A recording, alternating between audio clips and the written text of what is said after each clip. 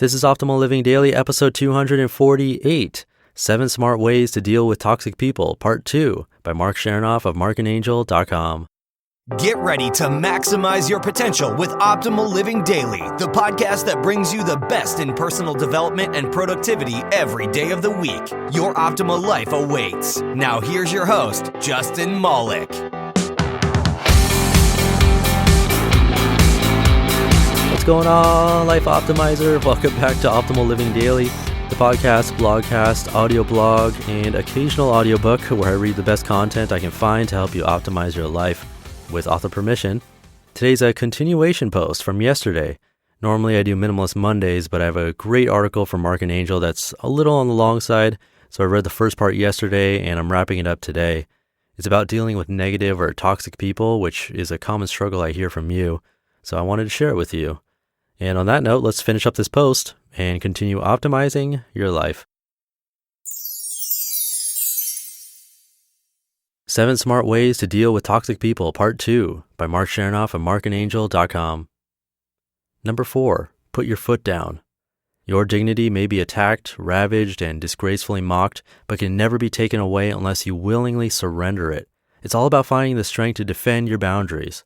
Demonstrate that you won't be insulted or belittled. To be honest, I've never had much luck trying to call truly toxic people, the worst of the worst, out when they've continuously insulted me.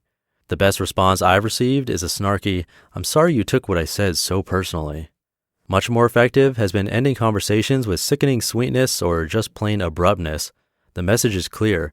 There's no reward for subtle digs and no games will be played at your end. Truly toxic people will pollute everyone around them, including you if you allow them.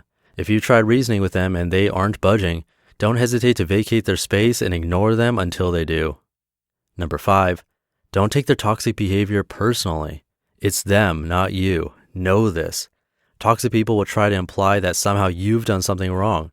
And because the feeling guilty button is quite large on many of us, even the implication that we might have done something wrong can hurt our confidence and unsettle our resolve. Don't let this happen to you. Remember, there is a huge amount of freedom that comes to you when you take nothing personally. Most toxic people behave negatively not just to you, but to everyone they interact with. Even when the situation seems personal, even if you feel directly insulted, it usually has nothing to do with you. What they say and do and the opinions they have are based entirely on their own self-reflection. Angel and I discuss this in more detail in the relationships chapter of 1,000 Little Things Happy Successful People Do Differently. Number 6, practice practical compassion. Sometimes it makes sense to be sympathetic with toxic people whom you know are going through a difficult time or those who are suffering from an illness. There's no question about it. Some toxic people are genuinely distressed, depressed, or even mentally and physically ill, but you still need to separate their legitimate issues from how they behave toward you.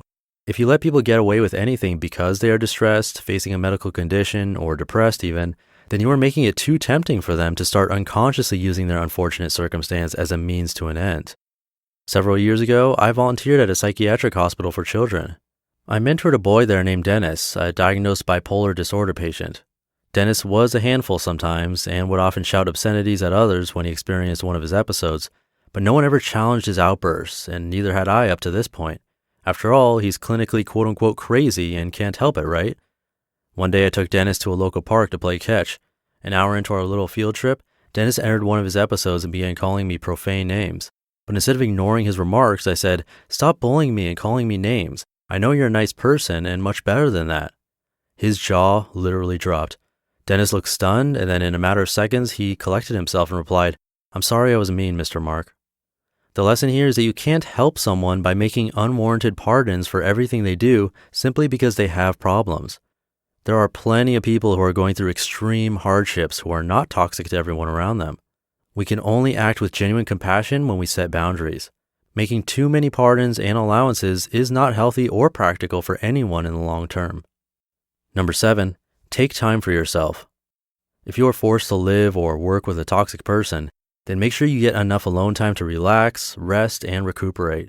Having to play the role of a focused, rational adult in the face of toxic moodiness can be exhausting. And if you're not careful, the toxicity can infect you. Again, understand that even people with legitimate problems and clinical illnesses can still comprehend that you have needs as well, which means you can politely excuse yourself when you need to. You deserve this time away. You deserve to think peacefully, free from external pressure and toxic behavior. No problems to solve, boundaries to uphold, or personalities to please. Sometimes you need to make time for yourself, away from the busy world you live in that doesn't make time for you. You just listened to part 2 of the post titled 7 Smart Ways to Deal with Toxic People by Marc Chernoff of marcandangel.com. He mentioned their book in the post, so if you like Marc and Angel's content, you'll probably enjoy their book too. It's called 1,000 Little Things Happy Successful People Do Differently, and you can find it at marcandangel.com. And before we go, if you want to help keep this podcast alive and well, it is losing money every single month, so I put up a page at oldpodcast.com with many different ways you can show your support, financially or otherwise. You can visit oldpodcast.com/support or just oldpodcast.com and look for the How to Help page. I'd greatly appreciate it. And that's it for today. Have a great start to your week, and I will see you tomorrow, where your optimal life awaits. Hey, this is Dan from the Optimal Finance Daily podcast, which is a lot like this show, except more focused on personal finance. Justin handpicks the best posts he can find from blogs and authors like Ramit Sethi, Mr. Money Mustache, and more, and I read them to you 5 days a week. So if you enjoy this podcast, come on over and subscribe to Optimal Finance Daily too. And together, we'll optimize your financial life.